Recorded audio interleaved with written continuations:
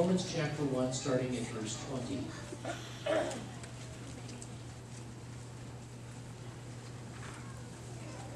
Today we come to the final message in the series we're calling the Theology of Creation. And in this last message we see what happens when people give up on the truth about God as creator and when they believe a lie instead. This leads to consequences. The new false belief that so many have in our generation, or at least in the last 24 years, is a belief in evolution. And what I will tell you is that that doesn't just stay theoretical. It doesn't just stay something that's an academic issue. It doesn't stay something that's in biology or in the classroom alone. It reaches into all of life. And that's what we would expect to have happen based on what we find in Romans chapter 1.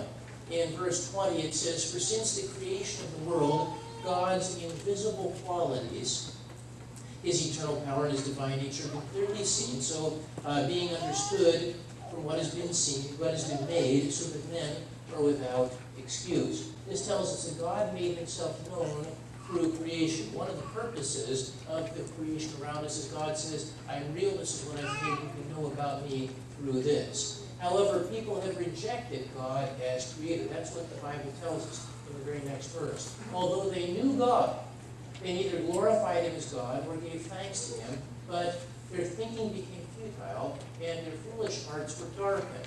Their foolish hearts began to believe other things rather than following after Him as their creator.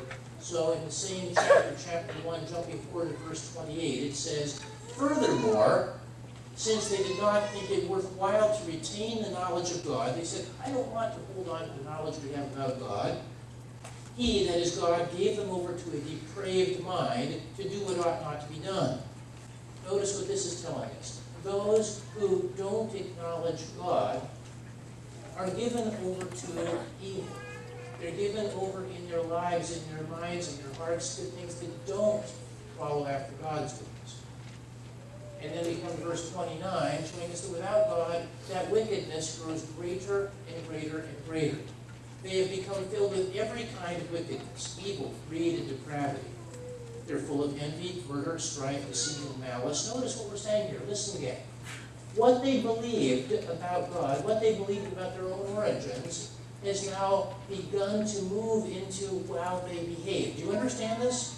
It doesn't stay just in the classroom. It spills over into everything in their lives. This is what the Bible is teaching us. Every kind of evil. It tells us these things. They are gossips, slanderers, God-haters, insolent, arrogant, and boastful. They invent ways of doing evil.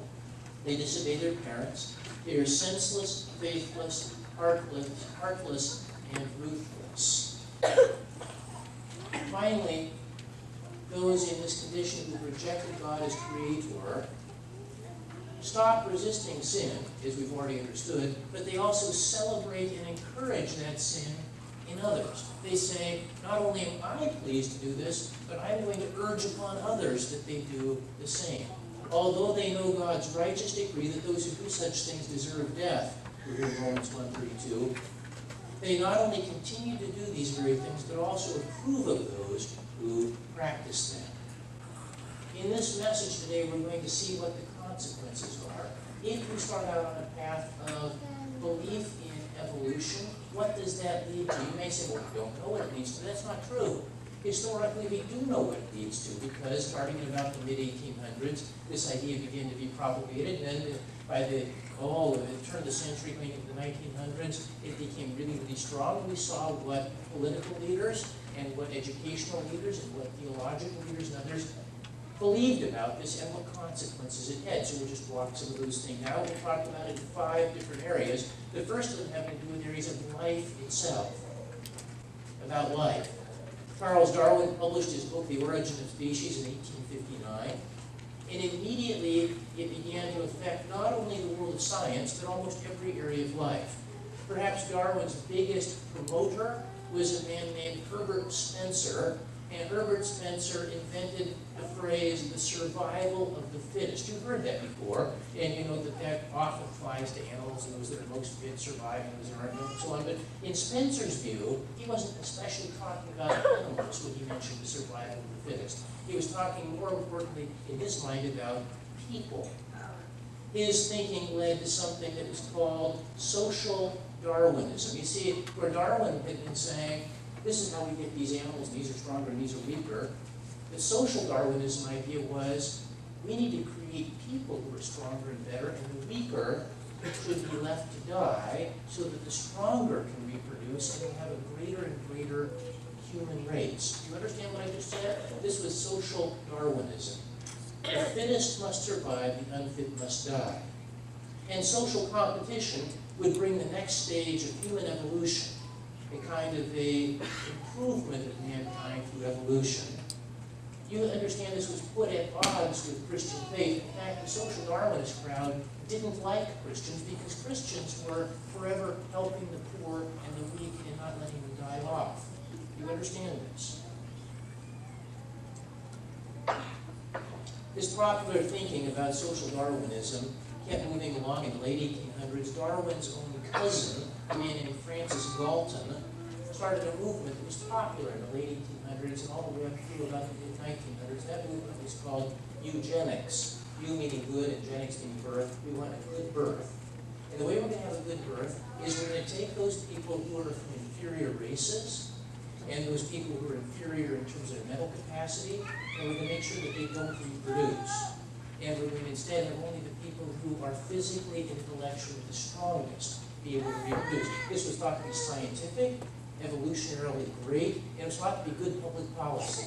Many countries, European countries and others, and North American countries said, let's establish a board where we're going to have people determine that this one, either because of criminal tendencies or because of mental weaknesses or physical weaknesses, they're going to be forcibly sterilized so that they can't reproduce. This was the idea of eugenics. And this was very popular at one time, and it was thought to be a really good idea.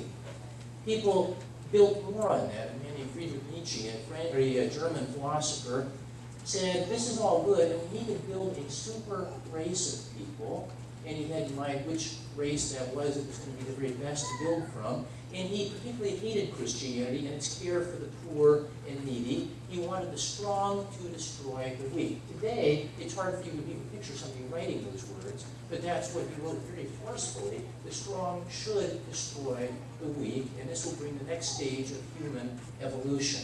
This idea of social Darwinism, this idea of the next stage of human evolution appealed very much to Adolf Hitler, and he decided that the inferior races needed to be destroyed, races such as Poles and Gypsies and certainly Jews. He had a team of what were race scientists who gave academic logic behind the Nazi death camps, saying these are the ones that aren't evolutionarily good enough to survive, and we want to get rid of these ones. And these were not just, sort of ruthless thugs that were behind this. Many of them were the scientists of Europe who said, this is really where evolution is going, let's get behind this thing. Darwin was hailed also by Karl Marx. Marx read Darwin and said, this is a great idea, I really like this. We need to purify things so that the strong will rule over the weak. Marx didn't define that at all. Also, Joseph Stalin, Marx's successor, who in the end brought the death of a lot of people. Where did Stalin lose his faith? Some of you know that Stalin, in his youngest years, was training to be a Russian Orthodox priest. Something went awry, and I know from history, part of where that came from. One of his fellow students writes this. His fellow student in the seminary to study to be a Russian Orthodox priest was talking about God with him one day, and Stalin listened to him, and after a moment's silence, Stalin said, they are fooling us. There is no God. His fellow student said, I was astonished at these words. I'd never heard anything like it before. How can you say this? I exclaimed. Stalin says, I'll lend you a book to read.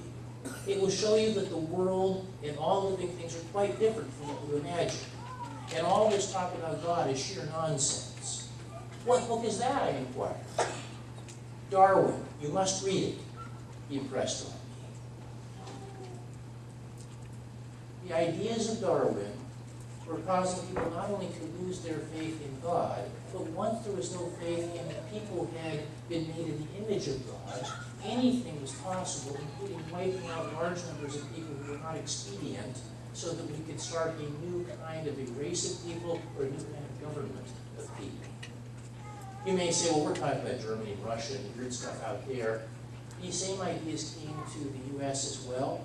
One of the great advocates of eugenics in America was a woman named Margaret Sanger, and she launched in the early 1900s a chain of inner city clinics for birth control and the sterilization of what she called inferior races of people. Those are her words, inferior races.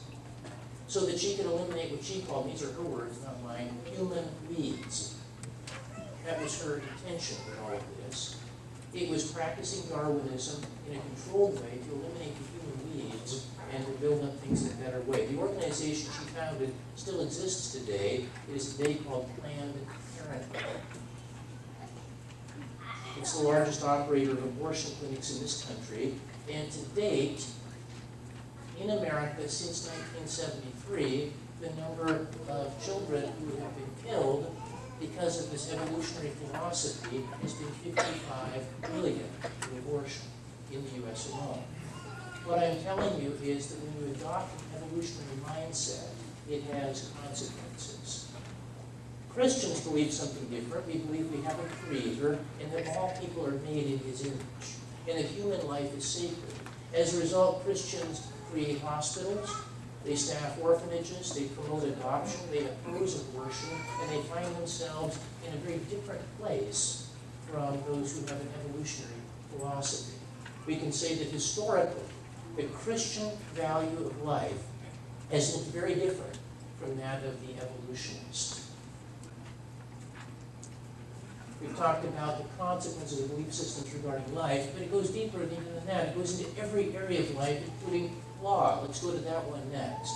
You see, this idea of evolution has been sometimes compared to a universal acid. A universal acid, I don't know if it really exists, but there are stories about this where you have an acid and you put it in a container, but the acid is so corrosive that it burns through whatever the container is and it affects everything. You can't contain it. Agree with me on this so far? And so sometimes even proponents of evolution, people who are in favor of it, say evolution is like a universal acid in that it informs and touches everything and nothing can escape from the influence of evolution, which is true. Nothing can escape from it if you buy it to begin with. If you buy it and say, I'm going to keep it over here in biology, but it's not going to affect anything else, that is one. How does it affect something like law? Something like evolution. Law doesn't seem to be any way that it comes together, but it does. In the arena of the law, the most influential man during the past 100, 150 years in America is this man, Oliver Wendell Holmes. Many of you have heard his name. I'm not sure who he was, but I've heard of him. He was a Harvard student, and he was, as a very young man, in the Civil War, and was 3 times wounded in the Civil War. While recovering from his last wound, he read Herbert Spencer. Who was Herbert Spencer? He was our survival of the fittest social Darwinist guy. You remember him? We just saw his picture a few minutes ago. He read Spencer while he was recovering from a Civil War wound, and he became a committed Darwinist. And in his view, he pushed one step further. He thought, you know, this is wonderful. It's not just that this is how animals came about. It's not just how society should be fighting it out to get a stronger society. He said, this isn't true of a realm of ideas as well. You see, ideas evolve. And there's no permanent truth about anything. We don't have some fixed truth that God has given us. We should have evolving, ever-changing ideas so that as society evolves, the ideas behind that evolves. That was his idea. Truth evolve, ideas evolve, all of this sort of thing. And we then need to apply that to the study that he was interested in, which was law. So, if we come to something like the U.S. Constitution, here are a set of words. And this set of words will normally be thought of as being, you read the words, you figure out what those words mean, and then you apply those in the way that they speak in a straightforward way. You say, no, that's not what we want to do. Instead, it should be interpreted in light of evolving ideas and changing circumstances. This school of thought says that something like the Constitution is a living, breathing document. You've heard these kind of words, where it keeps changing its meaning based on a changing society. Holmes and his followers said that judges should not rule based on what the law actually says, but based on what they think is consistent with our evolving society. It is what some people call legislating from the bench, meaning that whatever laws say no longer matters. Instead, the judge figures out what he thinks society should become, and then he makes a law based on what he thinks society should become, and he's making new laws effectively is what he's doing. He's always changing the law based on what he thinks the law should become, legislating from the judge's bench. You say, where has that happened? It's happened in all kinds of circumstances. One of them, that we've already mentioned just minutes ago, is a law concerning abortion. In 1973, these men, 9 of them, decided in a significant decision, Roe versus Wade, that the Constitution somehow promoted a right to abortion. Is there anywhere in the Constitution that mentions such a right? And the answer is, of course, no. It's not there at all. And one of the chief architects of this, Justice Harry Blackmun, wrote about this, and he said that it didn't mean that there was anything in the Constitution that was there. There was no basis for it. Even the supporters of abortion said there's no basis for it in the Constitution. But Blackmun said this, and these are his words, that abortion had to be considered in relation to, quote, population growth, pollution, poverty, and racial issues. In other words, the court made this decision not based on what the law said, but on the social outcomes that they favored. And this was in step with Oliver Wendell Holmes' idea that everything just keeps evolving. Ideas evolve, the Constitution evolved, laws evolve. Some of you have wondered sometimes how a judge can look at a certain law, how a judge can look at a certain document, and then say it means the opposite of what it just said. You've heard of cases like this, and you say, how can that happen? It says in black and white this, and he just ruled the opposite. How can that happen?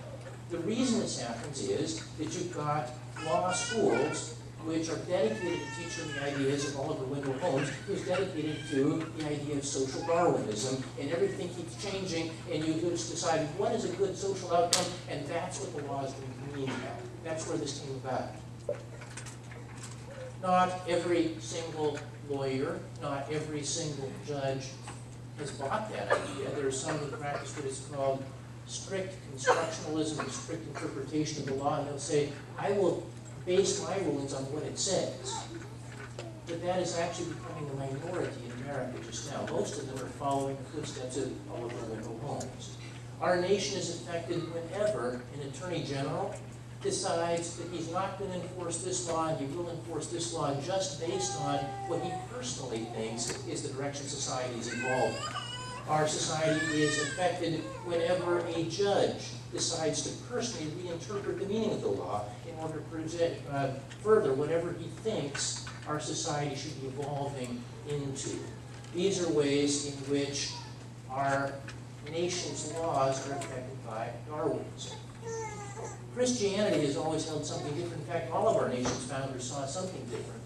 They had a different idea, not that we were all evolving into something, but from the very beginning, in the Declaration, these words were written, we are endowed by our Creator with certain unalienable rights. Did you catch that? The founders of our country thought that we had a Creator, and that the place where these fixed laws come from is from the mind of the Creator. But some distance into our country's history, that was shifted to, we have an evolving, ever-changing society, and we need to now interpret things in that manner. So I will tell you the Christian view of the law, historically, has looked different from that of the evolutionists. The third area we'll talk about is truth. And by truth, what I mean is this. In the mind of the evolutionist, truth is ever-changing. That's because in the mind of the evolutionist, truth doesn't actually exist somewhere in an objective sense. Instead, ideas are accidental mutations of the brain. If I come up with an idea, it was an accident of this cell bumping into that cell, it was an accidental idea, and it doesn't come from anything that's objectively true.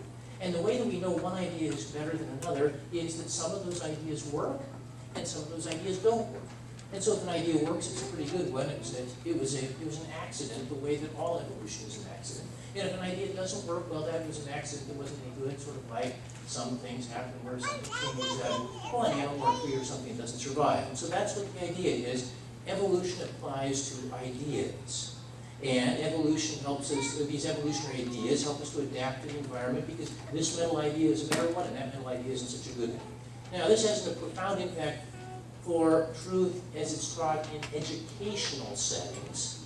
Almost everything in education has been changed because of Darwinism. Let's back up before Darwinism. The first and the most influential educator in America in the 1700s was a man named Noah Webster. Noah Webster, you know because of Webster's dictionary. He didn't think that his dictionary was the most important thing that he came up with. The most important thing that he had done, as he understood it, was first of all to teach children to read. And he had a number of, implements for this, the Lubac speller and other things, but mostly he wanted them to read because then they'd be able to read the Bible. And the most important work that he thought that he ever made was his translation of the Bible. He had worked and strived to translate the Bible, and he said, I want to make sure people can read the Bible, and I want to make sure that students learn this, and that's the purpose of schooling, so that they can know God. The most important educator in the 1800s, this man, William McGuffey. McGuffey and his famous McGuffey readers were taken to frontier schools, one-room schoolhouses, log cabins all across the frontier of America, so students could learn to read, and he included in his reading selections things about how they could know the truth of God and how to grow to be a godly society. This was very important to him. Education was about learning the facts of who God was and who we are and how to have that relationship correct. Then we came to somebody who was born the same year as the Darwin's book about the origin of species, born the same year, 1859, and then became influential at the turn of the century into the early 1900s. And the most influential educator in the 1900s was this man, John Dewey. My training was in education. John Dewey was cited frequently. John Dewey's philosophy was different, replacing God with philosophical naturalism and social progress. What was Dewey's deal? Well, he grew up in a Christian home, but he slowly, gradually lost his faith. He became an advocate of naturalism. That's the idea that there is no God. The idea that since there is no God and there's no force out there beyond what we see in nature, everything is just what we see in the natural realm. That's the idea that's behind evolution. He believed that this philosophy should inform everything about education as well. He cast off all moral absolutes. His guide was whatever is practical, whatever works. If we have something that we can teach it, if it's practical and works, that's good. If it seems to be impractical, we'll cast it aside. When I was initially going through educational kind of settings, they would say, well, one of the things that Dewey did that was so helpful is he had a lot of very practical classes that came into school classrooms and so on. Among them, shop classes. Guys, do you remember shop class and so on? This was because Dewey said it's going to be important to make sure we do things that are practical and it's not just sort of theoretical. And I don't have any problem with shop classes. You learn how to use a drill or a lathe or something without injuring your hands and eyes. I guess that's okay. And so that's something that goes back to Dewey. But more importantly, his idea that went through every class was that teachers are facilitators, that's the word he used, who let students try for themselves to find out what works for them. You get this so far? So we're not going to just be practical about shop class, but we're going to be, in his view, practical about whatever works for you. And a teacher is not supposed to say, this is true. A teacher is instead supposed to say, read some things, try out some things, discuss some things, see what is true for you. This was the new model for education. No universal truth. What works for me may not work for you. It eventually led to a kind of chaos, however, where students were told that there's no right or wrong, find your own values, make up your own truth. To this day, it encourages students to make up their own spelling systems. Parents may or may not be aware of this, but when their children go to some public school classrooms, they're told the kids are said, make up your own spelling rules. Do it whatever way you like. There's nothing that's actually true about this. Make up your own punctuation. Make up your own math procedures. Make up your own historical truth. Your view of history is going to be different from someone else's view of history. It's all the same. I can attest to the fact that that's how teachers are trained to teach. Teachers are trained to tell the students that whatever is intrinsically in them is what is true. There isn't any objective truth. One Christian educator who has been influential went from setting to setting, and he would talk to parents and he would talk to teachers. And he did this, and this is very telling.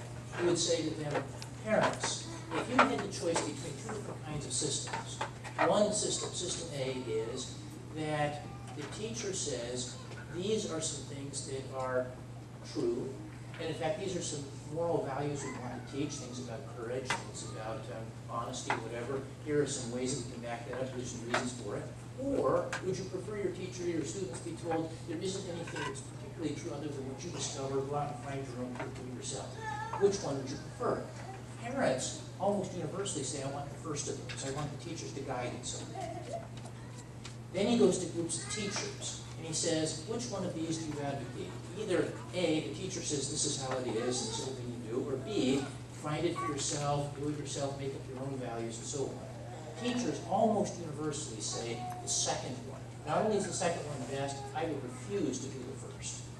Why do they believe this?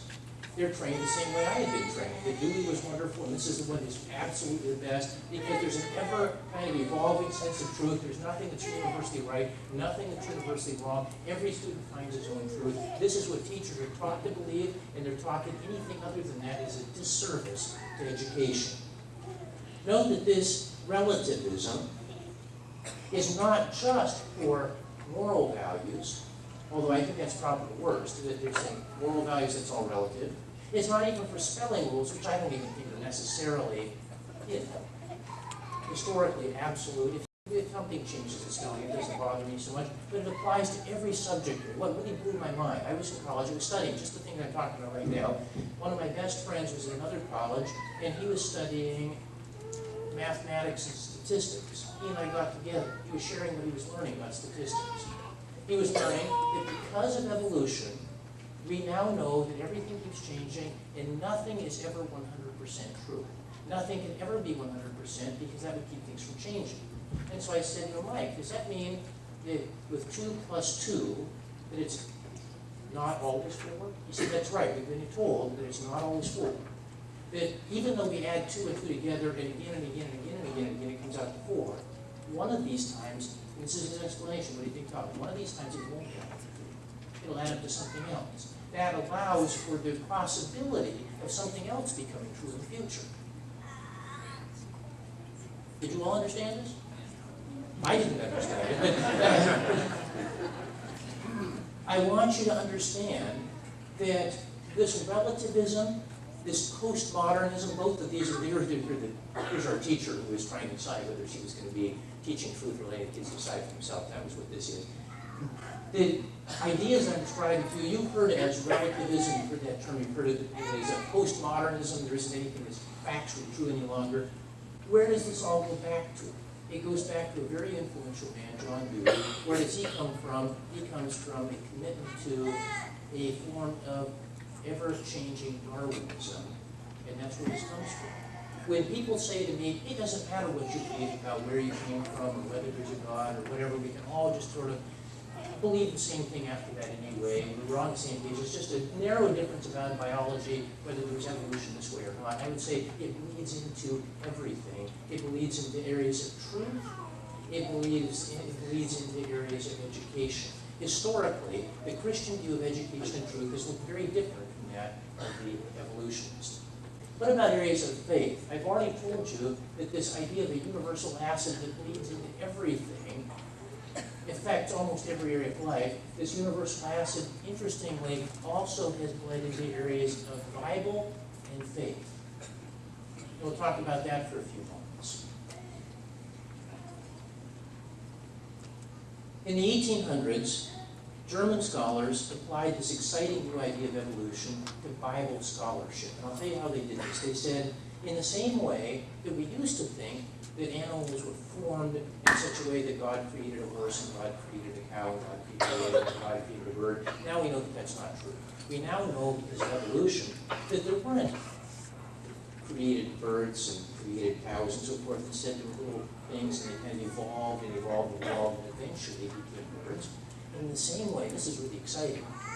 We used to think that God gave us the Bible, and that Moses wrote the Old Testament, Paul wrote the epistles of Paul, and so forth, and that was what happened, this came from the Holy Spirit. We now know that that's not true. It evolved. This evolved, and so we see little clues here and there that Moses didn't really write what he said, and Paul didn't really write what he said. This evolved over the course of hundreds or even thousands of years. We see little clues here and here, and it evolved and evolved. It was like a giant game of telephone. Somebody got it started, and somebody else contributed something. This group contributed this, and this group contributed that. And hundreds and hundreds and hundreds of years went by, and it evolved and evolved and evolved. And if only we had the original sort of text where, Moses had written it down what he did. But if you had that, you could then say, well, that's what Moses wrote. But since we don't have that, we know that it evolved, and evolved, and evolved, and evolved over the course of a long time. In fact, it must have kept evolving even thousands of years after it was written. And we can see what this all is. And since I was trained in theology, I can tell you what they believe, and I can give you complex theories by lots of people about this. I can tell you that somebody who is a great proponent of this idea is this man, Julius Wellhausen, German scholar, and the movement that he established is oftentimes known as higher criticism. Higher criticism, they were able to take a view of the scriptures and tear it apart in such a way where they could get a higher and more accurate view of it than if you just took it on face value. Interestingly, and this is very interesting, this higher critical, that's a sort of aside, this higher critical movement was so powerful during the mid-1900s that, it took time, a little while for the steam to really get going, but by 1900 was powerful. By the mid-1900s, it got to be so powerful, it wasn't just aimed at the Bible, it was aimed at anybody who had been sort of a genius who wrote things down. When my mother went to college, it was taught that Shakespeare didn't write all of what Shakespeare wrote. He couldn't have. It was too much great stuff. And so that had evolved, and there was other things that other people wrote later were attributed to Shakespeare. That was what was being taught. They were trying to basically destroy the idea that there were creators of things and see that everything evolved, and we can get a better idea of how it all evolved. Do you get where I'm going with this thing? This was the thing that was being taught, and it continued to be taught. It started in Germany, as I said, in the later 1800s. By the end of the 1800s, most universities in Europe believed and taught this. By about 1900, it made the jump across the Atlantic, and most universities and seminaries in the northern part of the U.S. began teaching this. So by about the 1920s, if you went to seminary in the northern part of the U.S., you would be taught that historically the Bible isn't true, and in fact is mythology that evolved over time. And the pastors who were being trained in that era then went into the mainline denominational churches without any faith that the Bible was true or that the gospel meant anything any longer. And there was a great collapse in faith in the Bible because of this evolutionary idea being taught in the universities and in the seminaries across America. The same idea was still being taught, and probably still being taught today, but I know when I went to the University of Michigan, it was still being taught. I took a course in great books, and we were supposed to read large parts of the Bible, and we were being taught that all of this sort of evolutionary idea about how the Bible wasn't actually written by the people who it was sent to be written by, and the events in it weren't actually true. It was a mythology that evolved over a long period of time. This is what was being taught there at the time. This brought about a declining influence of the gospel and a dropped belief in the Bible itself. In recent decades, almost all of higher criticism has been proved dead wrong.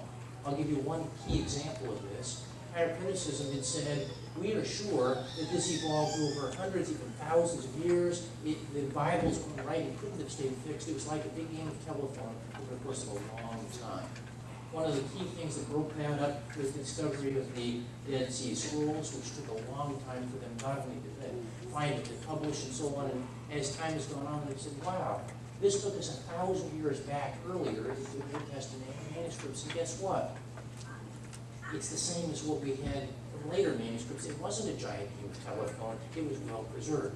We found a lot of other documents, manuscripts. On top of that, we found through archaeology lots and lots and lots and lots and lots and lots and lots and lots of places and people and artifacts that support what the Bible said. That the evolutionary theory was, it was all mythology, it all evolved over time, they had no idea what they were talking about, and guess what? That wasn't the case. By now, you can be really, really solidly sure that what the Bible says is historically true, and is written by who it says it was written by, and yet the damage has been done. Over 100 years of saying it wasn't true has left these kinds of impressions. First of all, a lingering perception that the Bible is untrustworthy. If you talk to an average person, he said, yeah, it probably wasn't true, they just made that stuff up, it was probably just one guy translated somebody else's guy, and they handed it from one to another over 2,000 years, how can you believe this stuff? you understand that if you ask him about any other ancient documents, he doesn't have that objection. You say, I was just reading, Homer's writings from ancient Greece. He says, that's really cool. He doesn't say, I don't believe any of that stuff. It's probably just handed down from generation to generation. He doesn't say that. He doesn't say that. But he does say it about the Bible. Why? Because that pervasive idea that was perpetuated by a Darwinistic, hierarchical view has been handed down to virtually every American who says, you can't trust it. And on top of that, evolution also has brought out the idea that nothing is actually true. We've already told this is relativism. Every idea is just an accident and there's nothing that's permanently true. So there's this pervasive relativism that concludes that nothing is true. If the Bible says this is true, they say, you can't believe that. You can't believe that the Bible is true because nothing is true. And we can't believe that the Bible is even what it claims to be because it was just a big game of telephone. All of that is sunk into the consciousness of people, even against good evidence and even against logic. Think about it for just a moment. If relativism says that we know that nothing is true, what is the statement that nothing is true? It is saying, we know this, we don't know anything else, we know this for sure, that nothing is actually true. That's claiming to be a truth. The whole thing is illogical. It's illogical at every level, and yet it is sunk in very deep. So, what I would say to you is this. Not every Christian has followed in this. There's a great legacy of evolution that has destroyed a lot of people's faith in the Bible. Many Christians haven't accepted this. Some have started new seminaries, some have started new churches that proclaim the truth of the Bible. I can tell you that historically the Christian view of the Bible and faith in Christ has looked very different from that of the evolutionists. Now we come to the last part of our message. We've heard a little bit about how evolution affects life and law and truth and faith, and even how it will then affect the future. When I think of the future, I'm primarily thinking of the next generation, of my children and your children, of the many young people of this church. What will they believe? How will their lives be impacted?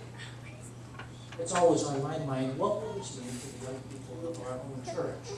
This week I'm going to be meeting with the man who represents a group that's interested in starting a new Bible college in the Detroit area. I don't know if that will come about, but I got invited to meet with this man and find out what their plans are. And of course, I am interested. Why am I interested in what they're planning to do? Because I care about our children who are involved. And I'm interested in what opportunities are there for them to be taught truth. I'm interested in that. I'm motivated to teach about the theology of creation over the last several weeks because what the next generation thinks about creation, what they think about evolution, are going to profoundly influence them and their church and their community and their nation. It's a subject, as I say, that doesn't stay confined to biology. It doesn't stay confined to school. It bleeds into all of life, and it affects everything. It affects life and death issues, including things about medical care and abortion and euthanasia. It affects political life issues, including law and government. It affects educational issues, including intellectual and moral development. It affects faith issues, including trust in the Bible and the basis for missions and evangelism. It affects everything. Parents, teaching God's truth about creation is the work of Christian parents. It's the work of Christian parents in the home, as I understand it. A very fine book that chronicles some of what we've been talking about today and a whole lot more, too. The book by a Christian lady named Nancy Piercy is a book which is called Tool of Truth. And in her book, she talks about all kinds of things concerning the Christian mind. And she describes, especially in this area of evolution and creation, the work of what was her grandfather, and how her grandfather took his 5 children, one of them her parent, and then also her uncles and others, and taught them about how to face what would be the onslaught of evolutionary and illogical teaching at the university level when they would get there. You understand this? And he did this on a daily basis in the home. She describes it this way. And I'm quoting from our friend Nancy Piercy. We must prepare young people before they leave for college. by teaching them that Christianity is not just religious truth, but the truth about all reality. It is total truth. One of the most inspiring models I've encountered, and I'm still quoting, is my own grandfather, Oswald Aubrey. With 5 rambunctious children close in age, he was determined to prepare them to defend their faith by the time they left home. So he turned the evening dinner table into a classroom, a place for serious teaching and discussion. My father would bring books and articles to the dinner table to read and discuss with us, recalls my Uncle Bill. He taught us Latin, physics, and math. He also had us memorize the creeds, the Lutheran catechism, and passages from the Bible. In fact, that's how all 5 children learned to read. We would read a passage by going around the table, and everyone from the oldest to the youngest had their verses to read. So Dad, rather than saying, "Where's the second helping of lasagna?" was saying, "I've brought the Bible for us to read. I've got these verses for us to memorize. I have these things that lay out scriptural truths. I have these magazine articles, these scientific articles, and these other things I need to talk with you." Dad himself was a scientist, and so he had an interest in these things, and he was teaching his children how to integrate all this and how to defend it. That's what he was doing at the table. That was her grandfather with her parents' generation. He also created opportunities for one-on-one discussions. And this is again the uncle quoting, "My father would take one of the children with him when he went to town, and always he would expound on some topic.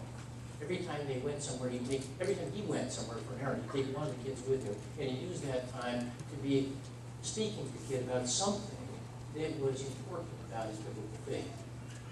It was, and this is how they went to town, it was a 3-mile walk into town, and he made use of every minute. As a physicist, my grandfather was especially attuned to the sciences, and he would often bring clippings of recent science news to the dinner table to discuss. He taught the children how to counter the standard evidences for evolution, so that by the time Bill went off to college to study physics, following his father's footsteps, he was solidly grounded in apologetics and knew in his bones that the Christian faith was intellectually defensible, meaning that you could defend it and it was true. Unless we give our children the same level of confidence, she's coming down to a conclusion about this, unless we give our children that same level of confidence, they will not survive the cognitive warfare they face in the secular world today. I'm concerned for what this will mean for the future. I've given you an idea of what it has meant in the past when people have taken up a false idea about creation, what has then come about in the past. Now we're seeing that there is a role we have for what this will mean for the future generation. It's been an honor for me to be able to do some teaching about these things. Over the last 6 weeks, we've heard about creation and the Creator. We've heard about the history of creation and the creation of mankind. We've heard this from the Scriptures and gone over the Scriptures together, and also some things about how that compares and contrasts with evolutionary thinking. We've heard from Dr. Walters about evidence for creation, and here we have somebody who was trained scientifically and medically to be helping us understand this. We heard last week about irrational faith in evolution, and about some of the real weaknesses and shortfalls in this area of evolution, and now today about the consequences of those belief systems. If anyone comes to you and says, it doesn't really matter what people believe about this, I would say it will start a chain reaction that leads to something. As a society or even as an individual, it does matter what people believe about this. And that's why over the last 6 weeks we've covered together the theology of creation. I wonder if you would stand with me. We're going to conclude with prayer and then have a closing song together. Let's stand for